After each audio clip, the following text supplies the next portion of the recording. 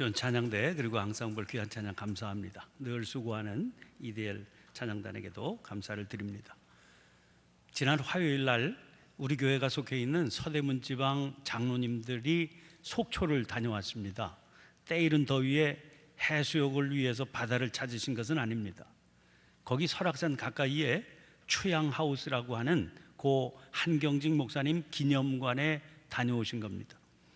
다녀오신 얘기를 들으면서 한 10여 년 전에 그곳을 찾아가서 한 주간 동안 머무르며 기도하던 때가 떠올랐습니다.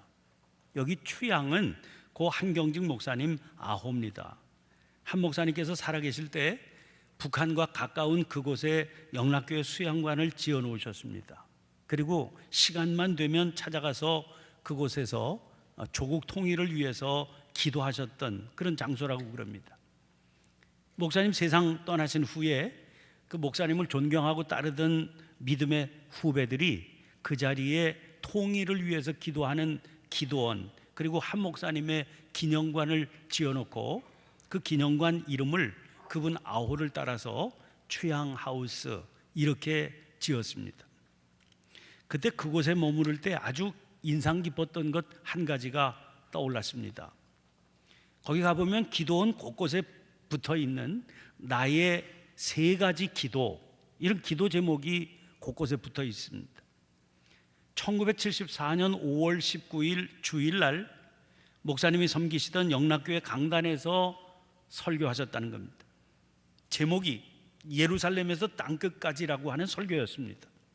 그런데 그 설교 내용 중에 등장했던 기도 제목이라고 그랬습니다. 이런 내용입니다. 1. 5천만을 그리스도에게로 인도하여 주시옵소서. 2. 자유와 정의에 입각한 평화 통일을 이루어 주시옵소서. 3. 한국이 작은 나라이나 세계 선교의 기지가 되게 하여 주시옵소서. 올해가 2017년이죠. 1974년에 설교하시면서 이런 기도 제목을 소개하셨다니까 지금부터 꼭 43년 전의 얘기입니다. 그때 하신 설교예요. 1974년이면 우리나라가 경제력도 아직 미약했을 때고 지금에 비하면 교세도 훨씬 약했을 때지요. 그런데 한 목사님께서는 그 시절에 이미 민족복음화, 세계선교 이런 거창한 제목을 놓고 기도하고 계셨던 겁니다. 그리고 그 당시에 이미 목사님은 자유와 정의에 입각한 평화 통일을 놓고 하나님 앞에 기도하고 계셨던 겁니다. 제가 기도 제목을 보면서 아하, 이런 분을 선각자라고 그러는구나, 그런 마음이 들었습니다. 그리고 그렇게 기도하며 일깨워주는 선각자가 계셨기 때문에 우리 한국교회가 오늘 이만큼이라도 잘할 수 있었다, 그런 마음도 들었습니다. 그러면 그걸로 끝일까요? 반드시 거기에 이어지는 물음이 있어야 될 겁니다. 그 물음은 40여 년 전에 그런 선각자가 계셔서 오늘에 이르렀다면 그러면 오늘은 그런 물음이어야 되겠죠. 오늘은 누가 그런 꿈을 꾸고 오늘은 누가 그런 기도를 드리며 이 나라를 이끌어 가야 되나 하는 도전적인 질문을 던져보게 되는 겁니다. 그 물음에 대한 대답은 당연히 우리들이어야 되는 것 아닙니까? 이 자리에 여러분과 제가 바로 그런 사람이어야 되는 것 아니겠습니까? 오늘은 6.25 전쟁이 발발한 지 67주년이 되는 바로 그날입니다. 끔찍한 전쟁이었습니다. 군인 사상자와 실종자가 남북 합해서 230만 명, 민간인은 350만 명, 이재민이 370만 명, 학살당하거나 납치당한 사람이 20여만 명, 전쟁 고아가 10여만 명, 이산 가족이 무려 1,000만 명에 이르렀습니다. 이와 같은 눈에 보이는 전쟁의 참화만이 아닙니다. 눈에 보이지 않는 상처는 더 끔찍합니다. 이미 세월이 많이 흘러서 전 국민의 대다수가 6.25를 경험하지 못했거나 아니면 너무 어린 시절에 경험했던 분들일 겁니다. 그런데 나라 안에 무슨 일만 터지면 너희들이 6.25를 알아? 이런 얘기를 나누게 되지 않습니까? 깊은 상처가 남은 거지요. 숫자로 표기할 수 없지만 우리 안에 뿌리 깊은 미움과 의심을 안겨주는 상처가 남은 겁니다. 그러나 골이 깊으면 물이 많은 법이라고 하지 않습니까? 끔찍한 전쟁의 소용돌이 속에서 우리는 전쟁의 참화를 뛰어넘게 만드는 아름다운 향기를 접할 수 있게 됐습니다. 손 목사님 소개해 주셨지만 오늘 주보를 보시면 예배 순서 오른쪽 윗머리에 순교자 기념주일 이렇게 되어 있지요. 오늘이 우리 감리교회가 제정한 순교자 기념주일입니다. 제정한 지 11년째 됐습니다. 전쟁이 워낙 끔찍했기 때문에 이 전쟁에서 한국교회는 수많은 순교자를 배출하게 되었습니다. 그래서 이날을 정해서 순교자 기념주일로 제정하게 된 것 같습니다. 그 순교자 가운데 한 분인 서기훈 목사님 일화를 제가 소개해 드리겠습니다. 전쟁 당시에 서 목사님은 제가 전에 목회했던 강원도 철원에 소재하고 있는 장흥교회라고 하는 데를 담임하고 계셨습니다. 당시 연세가 65세셨습니다. 은퇴를 앞둔 목사님이셨죠. 전쟁 전에 철원이라고 하는 지역은 3.8 이북 지역이기 때문에 공산주의 세력이 장악하고 있던 그런 지역이었습니다. 그러니 그 기간 동안 목사님이 공산주의자들로부터 당했던 고생과 수모라고 하는 것은 이루 말할 수가 없었습니다. 그래서 전쟁이 터지니까 주변 사람들이 이번 기회에 남으로 피난을 가세요 권유를 많이 받았습니다. 그러나 굳이 철원에 그냥 남아서 목사님은 제단을 지키시고 성도들을 돌보셨습니다. 이제 그러던 중에 인천 상륙작전으로 전세가 뒤집히게 되지요. 유엔군이 북진해서 철원에 진입하게 됐습니다. 이제 유엔군이 지배하는 그런 지역이 된 건데 그 와중에 미처 마을을 빠져나가지 못한 공산주의자 몇 명이 그만 교회 청년들에게 붙들렸습니다. 청년들은 그동안의 핍박에 분풀이라도 하려는 듯 이들을 공개 처형하기로 결정했습니다.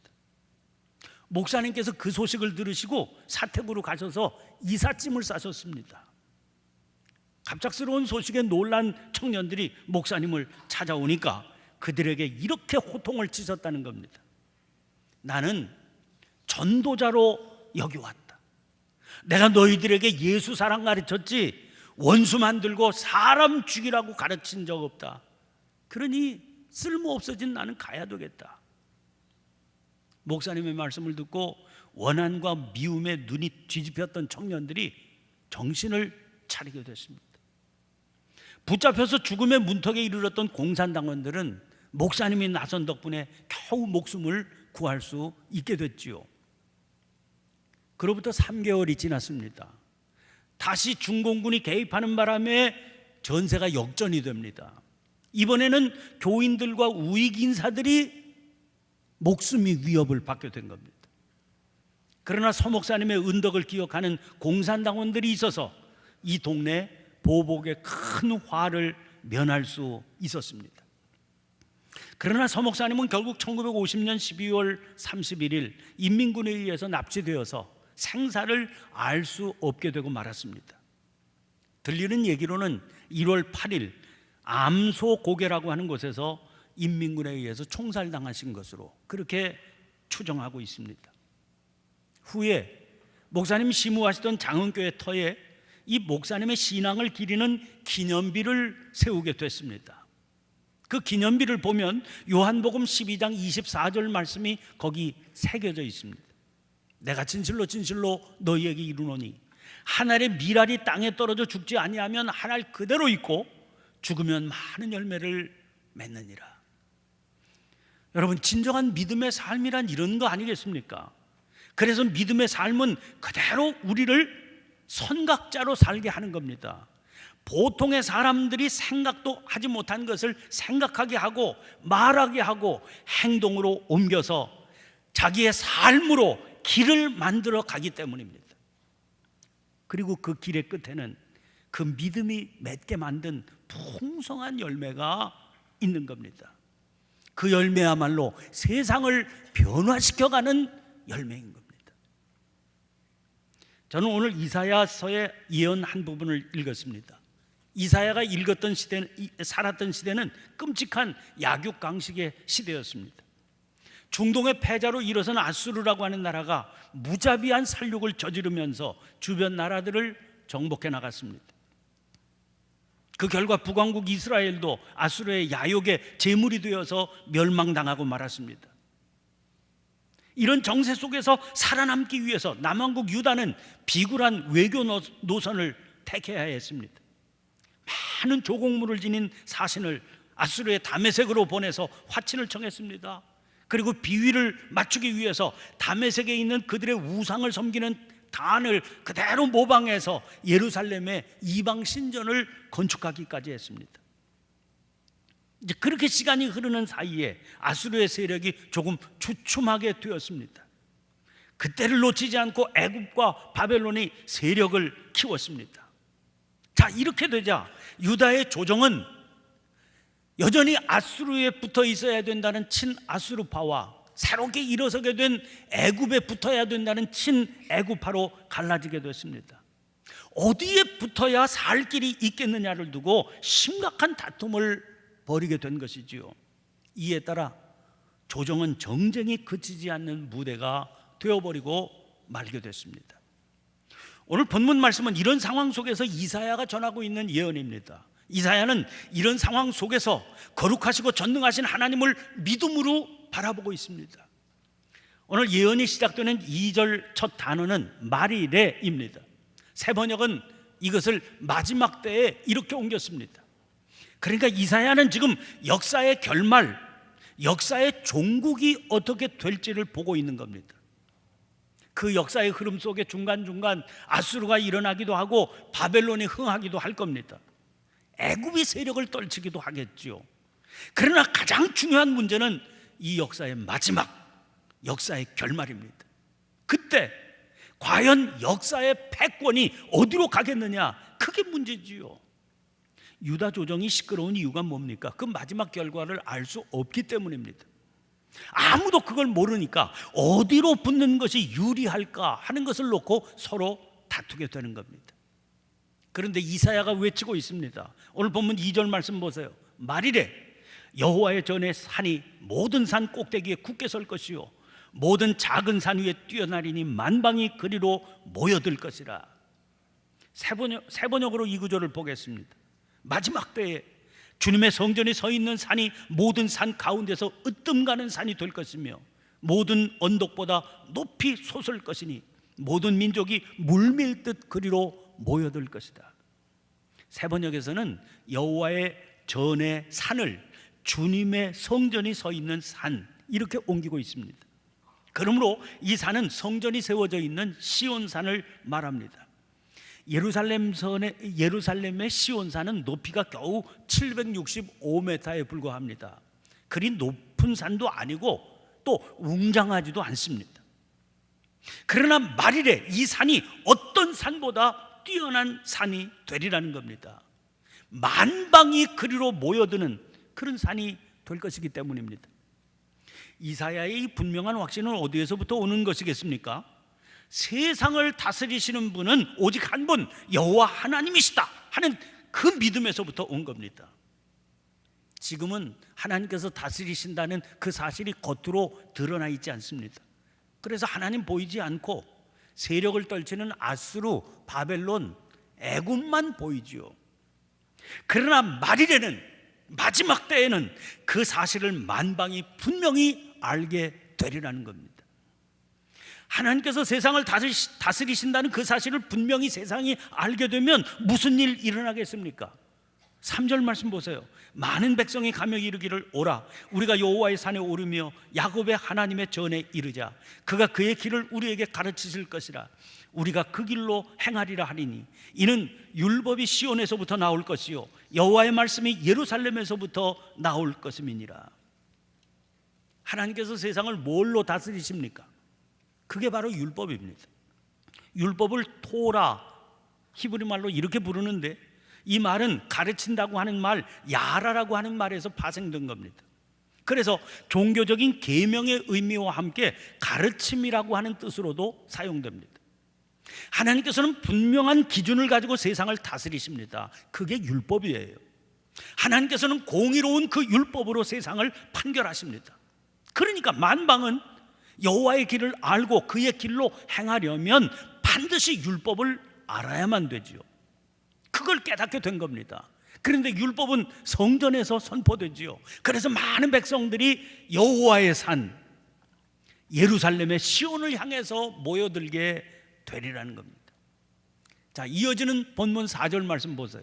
그가 열방 사이에 판단하시며 많은 백성을 판결하시리니 무리가 그들의 칼을 쳐서 보습을 만들고 그들의 창을 쳐서 낫을 만들 것이며 이 나라와 저 나라가 다시는 칼을 들고 서로 치지 아니하며 다시는 전쟁을 연습하지 아니하리라. 시온으로 나와서 율법을 만나게 된 만방은 아하, 칼을 쳐서 보습을 만들고 창을 쳐서 낫을 만들게 됩니다. 깨닫게 된 게 있으니까요. 칼이 필요가 없게 되고 창도 쓸모가 없게 된 것을 알았습니다. 율법을 통해서 깨닫게 된 하나님의 뜻은 무력을 키워서 전쟁을 벌여서 세력을 확장하는 것이 아니었거든요. 전쟁이 아닌 평화가 세상을 다스리시는 하나님의 뜻이었습니다. 그래서 깨닫게 된 그 뜻을 따라 순종하게 되면 더 이상 칼을 들고 서로 치는 일 생기지 않게 됩니다. 전쟁을 연습할 필요 없게 되지요. 비로소 이 땅 위에 전쟁이 그치게 될 것이라는 겁니다. 그런데 여기서 특별히 5절 말씀을 눈여겨보셔야 됩니다. 야곱 족속아 오라 우리가 여호와의 빛에 행하자. 우리가 속지 말아야 될 게 있습니다. 그 말일에 오는 그 평화, 그것은 내버려 두어도 저절로 찾아오는 게 아니기 때문입니다. 선각자가 있어야 돼요. 여호와의 빛을 따라 행하는 자들이 그들입니다. 그래야 말일의 시온으로 찾아온 백성들이 그들을 통해서 삶으로 보이는 율법을 만날 수 있을 것이기 때문입니다. 그러므로 그날이 아직 이르기 전에 세상은 다 모르고 있지만 하나님의 택하신 백성인 야곱 족속에게는 그들에게 주어진 빛의 사명이 있다는 겁니다. 그게 바로 지금 여호와의 빛을 따라 사는 겁니다. 이사야는 이스라엘을 향해서 그 사명을 걸고 가야 된다, 그렇게 독려하고 있는 겁니다.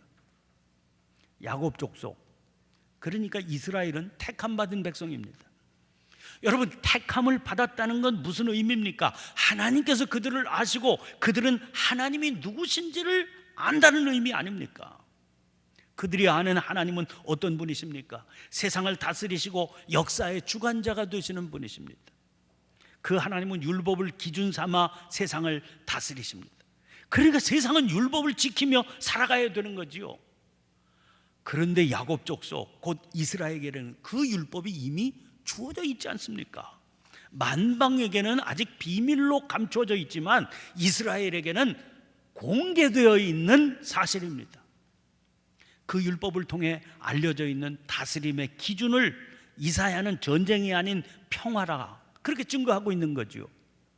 이사야는 하나님께서 이스라엘을 당신의 택하신 백성으로 삼으신 이유가 있다 그렇게 가르칩니다. 그것은 이 사실을 세상에 널리 알리기 위함입니다. 무슨 방법으로 알릴 수 있습니까? 하나님께서 가르쳐 주신 방법대로 살아가는 겁니다. 그래서 이사야가 호소하는 겁니다.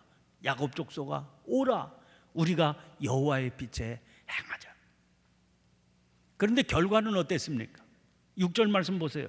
주께서 주의 백성 야곱 족속을 버리셨으면 그들에게 동방풍속이 가득하며 그들이 블레셋 사람들 같이 점을 치며 이방인과 더불어 손을 잡아 언약하였습니다. 이스라엘이 이 일에 실패하고 말았다는 겁니다. 그들은 하나님의 뜻을 따라 살지 않았습니다. 그 대신 눈앞에 보이는 강대국들의 길을 따라갔습니다. 이스라엘이 따라 살았던 강대국들의 길은 어떤 길입니까? 8절 말씀 보세요. 그 땅에는 우상도 가득하므로 그들이 자기 손으로 찢고 자기 손가락으로 만든 것을 경배하여. 그 강대국들의 길이라고 하는 것은 우상을 따라가고 그 우상 앞에 절을 하고 점을 치는 길입니다. 이상한 일이죠. 이스라엘은 하나님을 따르는 백성 아닙니까? 그들에게 율법이 이미 주어져 있지 않습니까? 그 율법을 통해서 하나님께서는 당신이 가장 미워하는 일이 우상을 섬기고 절하는 일이다, 그렇게 가르치시지 않았습니까? 그런데 하나님께서 이렇게 밝히 말씀하시고 경고하고 금하셨던 그 길을 이스라엘이 걸었다는 거예요. 이유가 있겠죠. 뭐 때문이겠습니까? 7절 말씀 보세요. 그 땅에는 은금이 가득하고 보화가 무한하며 그 땅에는 마필이 가득하고 병거가 무수하며. 우상을 섬기는 그 나라들을 보니까 은금이 가득하더라는 거예요. 보화가 무한하더라는 겁니다. 이스라엘이 거기 그만 눈이 홀려버리고 만 겁니다. 마음을 빼앗겨 버린 겁니다. 그런데 문제는 그 은금 보화가 어디에서 왔겠느냐 하는 겁니다. 7절을 또 보면 그 땅에는 마필이 가득하고 병거가 무수하며 그랬지요. 그 땅에 은금 보화만 가득한 게 아니었다는 거예요. 병거가 가득하고 그 병거를 끄는 마필도 가득한 겁니다. 그 땅에 가득한 은금 보화가 어디에서부터 온 것인지 자명하지 않습니까? 온 나라에 가득한 은금과 보화는 다름 아닌 약한 이웃 나라를 짓밟아서 취한 전리품들이래. 그러므로 그 은금과 보화에는 슬픔의 눈물과 억울한 피가 가득 담겨 있는 셈입니다.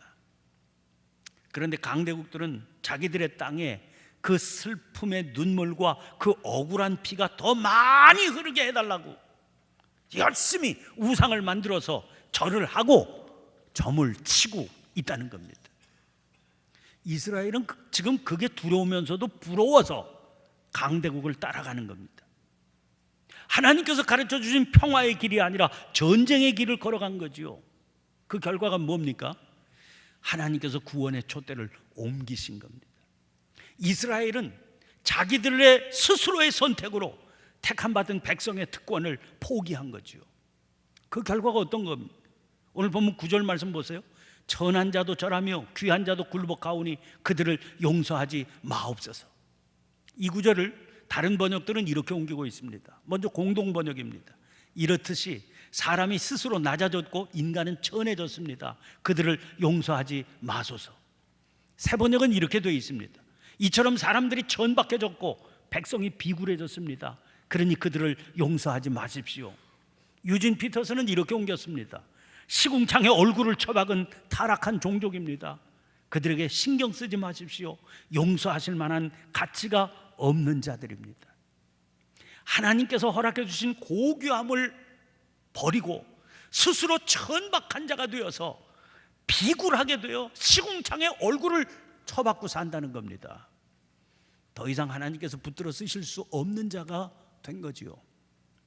베드로는 자기가 쓴 첫째 편지에서 각지에 흩어진 성도들에게 보낸 이런 말을 보냈습니다. 베드로전서 2장 9절 10절입니다. 그러나 너희는 택하신 족속이요 왕 같은 제사장들이요 거룩한 나라요 그의 소유가 된 백성이니 이는 너희를 어두운 데서 불러내어 그의 기이한 빛에 들어가게 하신 이의 아름다운 덕을 선포하게 하려 하심이라. 너희가 전에는 백성이 아니더니 이제는 하나님의 백성이요 전에는 긍휼을 얻지 못하였더니 이제는 긍휼을 얻은 자니라. 핏줄로 이어진 이스라엘 대신 하나님께서는 그 촛대를 옮겨 새로운 이스라엘 교회에 맡기셨습니다. 그러므로 이제는 우리 차례가 된 겁니다. 우리가 지금 여호와의 빛을 따라 살아야 됩니다. 그렇지 않으면 교회도 역시 이스라엘의 전철을 따르게 되고 말 겁니다. 사랑하는 성도 여러분, 지금 우리가 사는 세상의 모습을 한번 살펴보세요. 사람들이 소통의 장이라고 말하는 인터넷에 올라오는 댓글들 읽어보면 별로 상관도 없는 사람들인데도 온통 미움과 저주의 악다구니로 가득 차 있습니다. 오죽하면 그런 일로 상처받고 자살하는 연예인까지 생겨나겠습니까? 연예인들만이 아닙니다. 정치적 견해가 다르다는 이유로 무자비한 욕설을 퍼붓는 것쯤은 예사합니다. 저런 이들은 미움이나 저주를 사명으로 삼고 살아가나 싶을 그런 정도입니다. 왜요? 익명이니까. 마음속에 감추어진 걸 마음대로 표현할 수 있으니까 그렇게 하는 겁니다. 그것은 지금 이 시대 사람들의 내면을 지배하고 있는 미움의 역사를 그대로 드러내 보여주는 겁니다. 그 미움의 역사가 참 위험한 수준에 이르는 겁니다. 물론 저절로 그냥 그런 현상이 나타나기가 됐겠습니까? 다 이유가 있고 상황이 있겠지요. 오늘 6월 25일이니까 북한이 떠오릅니다. 북한에 억류됐다 의식불명 상태로 송환된 미국 대학생 오토 원비어가 지난 19일 날 사망했습니다. 그 일로 미국이 들끓고 있다는 소식이 들립니다. 그가 저지른 범죄라는 게 벽에 부착된 체제 홍보물을 훔쳤다, 그런 건데 어떤 쪽에서는 또 다른 일이라고 얘기하기도 합니다. 김정은의 사진이 실려있는 노동신문으로 구두를 쌌다, 그게 죄라는 겁니다. 아니, 우리는 이런 말도 안 되는 체제와 상시 대치 중에 있습니다. 백성들이 굶주림으로 시달리고 있는 게 분명한데도 핵 개발, 미사일 개발에 막대한 자금을 쏟아부으며 열을 올리고 있지 않습니까? 상대가 이런데 어떻게 미움이 일어나지 않겠습니까? 어디 너희도 한번 당해봐라 싶은 보복 심리가 일어나게 되는 거 당연해 보입니다. 그런데요, 소설가 공지영 씨가 쓴 수도원 기행이라고 하는 책을 읽다가 제가 이런 글을 읽었습니다. 팔덴 갸초라고 하는 사람이 있습니다. 이 사람 티베트의 최장기수 정치범이었고 고통받고 있는 티베트의 현실을 유엔에서 증언한 최초의 티베트인이기도 합니다. 이 사람이 중국에서 숱한 고문과 모진 박해를 받으면서 무려 30년 동안 감옥 생활을 했습니다. 그리고 기적적으로 감옥을 나와서 히말라야를 넘어 인도로 망명한 직후에 있었던 얘기입니다. 다람샬라에서 달라이라마를 접견한 그는 그저 울기만 했습니다. 울고 있는 그에게 달라이라마가 사정을 물었습니다. 그가 울면서 이렇게 대답했습니다. 대단히 위험했습니다. 달라이라마가 묻습니다. 그래, 가장 큰 위험은 무엇이었던가? 그가 이렇게 대답했습니다. 하마터면 중국인들을 미워할 뻔했었습니다. 진실한 불교도의 고백은 충격적일 정도입니다. 여러분, 우리 기독교회가 교리적인 우월성만 주장하는 것으로는 세상을 설득할 수 없습니다. 우리에게는 여호와의 빛을 따라 사는 일이 필요합니다. 그것은 전쟁과 다툼으로 가득한 세상에서 묵묵히 평화의 길을 가는 겁니다. 평화를 생각하고 평화를 말하고 평화를 위해 기도하며 평화를 실천하며 사는 일입니다. 캄캄하고 어두운 세상이 뭐라고 하든 우리는 이 길을 가야 됩니다. 그렇게 살면 하나님께서 반드시 도우십니다. 그렇게 살면 반드시 하나님께서 역사하십니다. 기도하겠습니다.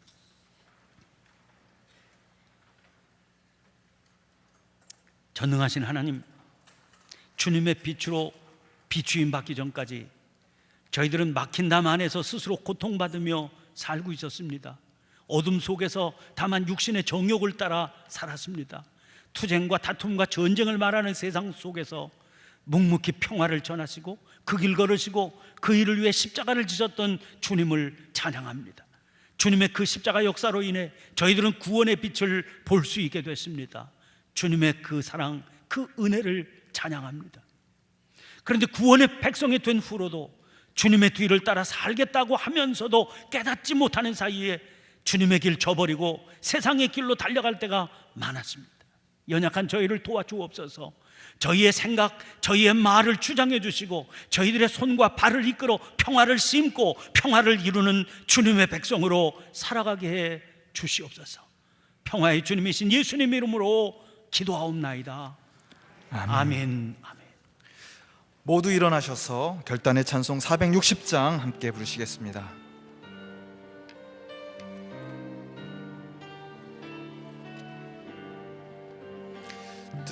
뜻없이 무릎 꿇 복종